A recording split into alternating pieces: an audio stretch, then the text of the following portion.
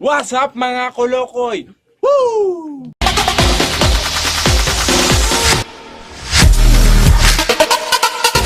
Pag-uusapan natin ngayon mga kolokoy ay ang depresyon at ang maagang pagbubuntis. Hindi lang po kabataan, nanay ka man, matanda, lolo, lola, ate, kuya, kapatid, tito, tita, duwende, kapre, anghel, taong tubig, taong apoy, taong hangin, taong niebe ay makaka-relate ka dito at maiintindihan mo itong sasabihin ko. Iba't iba nga naman ang mga uri ng mga kabataan ngayon mga kalokoy. Ang mga uri ng mga kabataan ngayon ay sadyang kakaiba na. Di mo alam kung ano nangyayari sa mundo. Ang una sa listahan natin mga kalokoy ay ang depression. Depression mga kalokoy kasi ito ang mga pangunahing mga nararanasan ng mga kabataan ngayon. Pag sinabi mo kasing depression, kolokoy, ay putang ina na de-depress ka.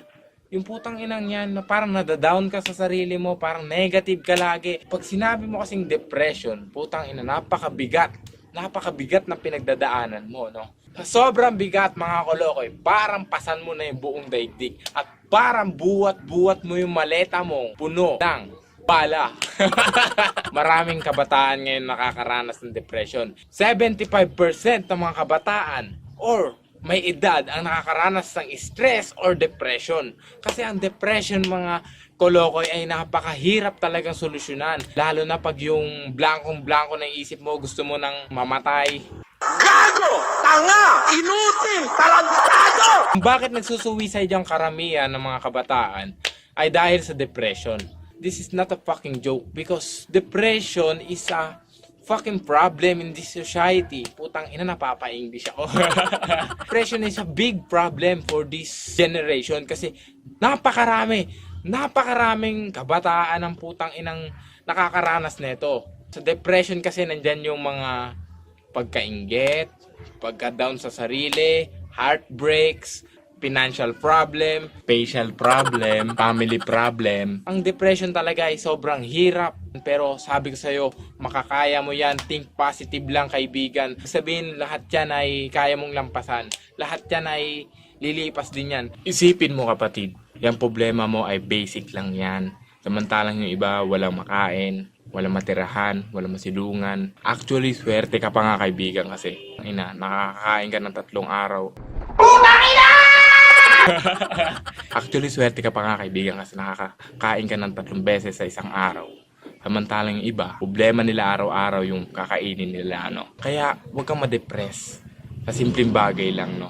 Isipin mo positibo ang lahat. Kaya mong gawin ng mga yan. Kaya mong solusyonan. Pero kapatid, hindi mo masusolusyonan ang isang problema dahil sa pagpapakamatay. Ang depression mga kolokoy, kaya-create siya ng suicide. So maraming kabataan ang nagsusuicide ngayong henerasyon natin ngayon, di ba mga kolokoy? Kasi sila ay hopeless na talaga. Problematics na sila sa mga problema nila. Pero ito ang payo ko mga kolokoy. Once na nagpakamatay ka, putang ina, parang sinayang mo yung pagpapalaki, pag-aalaga, pag-aaruga ng iyong magulang. Kasi putang ina, hiniram mo na lang yung buhay tapos sasayangin mo pa. Para kang gago pagka nagpakamatay ka, kolokoy, sa isang babae, sa isang lalaki, magpapakamatay ka dahil lang sa wala kang pera, dahil lang sa pasan mo ang daigdig. Ako, marami akong pinagdadaanan, marami akong utang inang problema pero hindi ko naisip pagpakamatay. Isang babae, dahil ba mahal mo? Dahil ba sa lalaki na sobrang minahal mo? Isang pagpapakamatay ay isang malaking kasalanan sa Diyos. Dahil isinilang ka, pinaghirapan ka ng 9 months ng nanay mo ipagbuntis.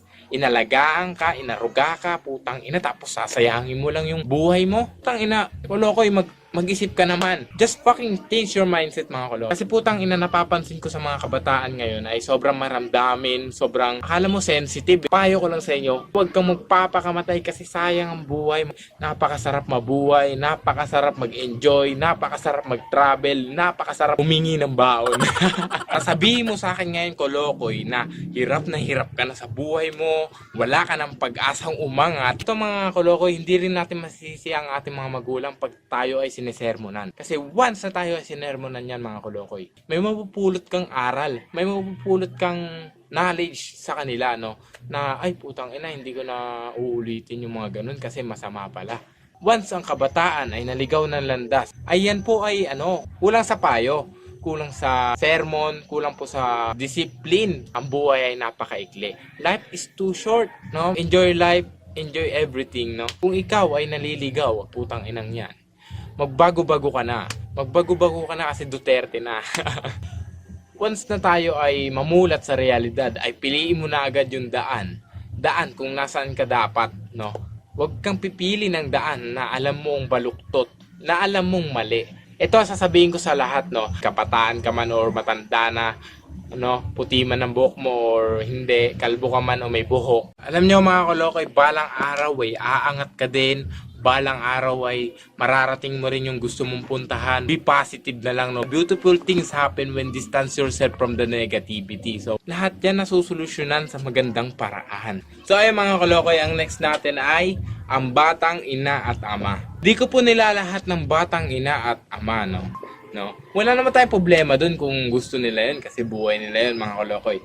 Pero ang akin lang mga kolokoy ay ang responsibilidad bilang isang ama, di ba? At bilang isang ama, buo ang loob mong panindigan kapag nabuntis mo or kapag may nangyari sa inyo ng isang babae. Kasi kung hindi buo ang loob mo mga kolokoy, ay gago ka.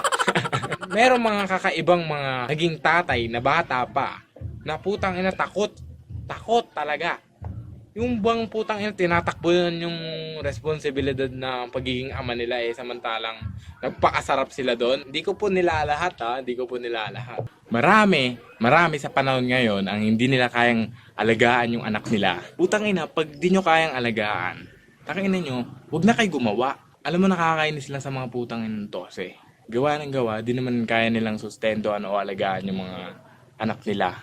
Sa batang ina naman mga kolokoy ay ang maagang pagbubuntis. Wala rin tayong problema doon mga kolokoy, no? Alam ko na alam nyo, may isip na kayo. Hindi ko na kailangan pangaralan pa. Alam kong alam nyo yung ginagawa nyo, kaya nga kayo naging ina at tatay, di ba? Please naman mga kolokoy ay be responsible mga anak nyo, no? Kasi mga kolokoy, once na hindi nyo tinayuan yung responsibilidad na sa inyo dapat, ay patay kayo dyan. Nababalitaan nyo ba mga kolokoy yung mga pitos na tinatapon ngayon, di ba? Nasa isang box lang, nasa lata lang. Malay nyo yung pitos na yun maging seaman, maging presidente, maging engineer, doktor. Mga kolokoy, tayuan nyo lang yung responsibilidad na dapat nasa inyo, no? Tulad po ng sinabi ko, hindi ko po nilalahat, no? Kasi yung iba namang ina at ama, responsable at kaya naman nilang sustentuhan at alagaan yung kanilang mga anak. Kaya saludo ako sa mga batang ina at ama na kaya nilang tayuan yung responsibilidad na sa kanila, no? Mga kolokoy, yun yung mga problema ngayon ng mga kabataan, no? Yun yung mga hinanakit ng mga ibang mga kabataan at mga totoong nangyayari sa ating realidad, no? So, kung may tanong ka or gustong sabihin mga kolokoy, try to comment my page, Kolohista, and sa YouTube, mag-comment ka rin, Kolohista Ian, no? And like and subscribe na mga kolokoy. I got broads in Atlanta, just to lean the family.